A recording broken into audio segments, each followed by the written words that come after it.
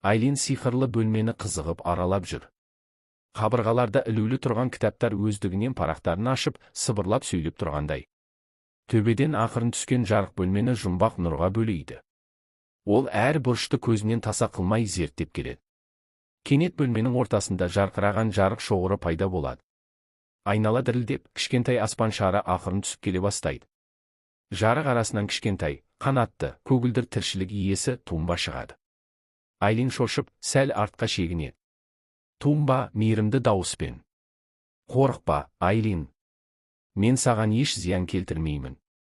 Мен сені осы әлемге келген кезіңнен бастап күтіп жүрмін». Айлин таңдана: «Сен кімсің? Бұл не жер өзі?» Тумба: «Менің атым Тумба. Бұл сырлы әлем. Ал сен таңдалған адамсың.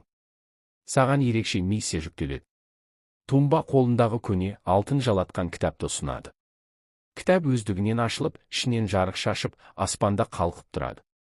Кітап беттерінде карталар, белгісіз таңбалар мен сиқырлы жазбалар көрінеді. Тумба: «Бұл бағыттаушы кітап. Ол саған жол көрсетеді. Бірақ жолдың қалай боларын сен ғана шешесің». Айлин: Мен бұған дайын емеспін. Мен қарапайым ғана оқушымын ғой».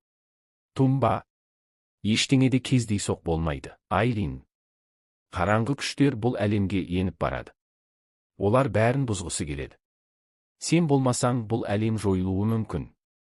Айлин терең дем алып, кітапқа қолын созады. Кітап жарықпен жарқ етіп, Айлиннің алақанына қонады. Оның көзіне сенімділік ұялайды.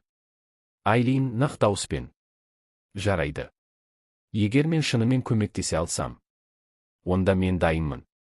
Тумба: «Тамаша. Ендеше біз бірге бастаймыз». Сапар енді ғана басталды, Айлин.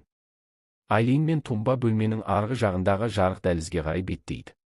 Айналада сиқырлы дыбыстар естіліп, бөлме қайтадан жарқырай бастайды.